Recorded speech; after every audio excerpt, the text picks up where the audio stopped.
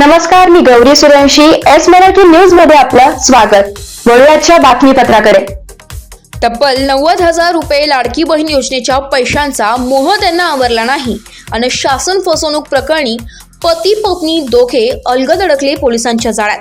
सातारा जिल्ह्यातील खळबळ उडवून देणारी घटना अखेरीस उघड.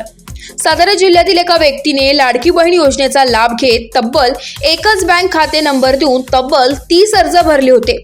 या प्रकरणाचा तपास करत पोलिसांनी आतापर्यंत 2 व्यक्तींना अटक केलेली आहे.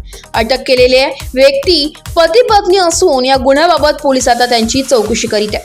वडूज पोलीस स्टेशनला याबाबत गुन्हा दाखल केलाय.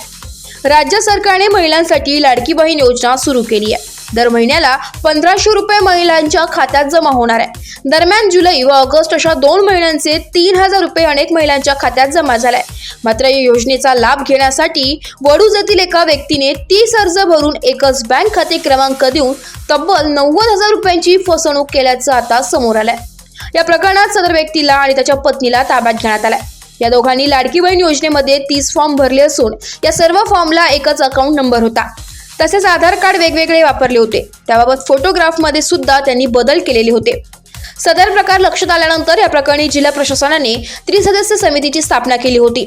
त्या समितीने संपूर्ण प्रकरणाची चौकशी करून अहवाल प्रशासनाला दिला. त्याप्रमाणे शासनाकडून 2 सप्टेंबरला फिर्याद दिली असून त्या फिर्यादीप्रमाणे पती पत्नीला ताब्यात घेऊन कस्टडीत ठेवून चौकशी सुरू आहे. तसेच त्यामध्ये आणखी कोणाचा सहभाग आहे का याचा पोलीस तपास सुरू आहे.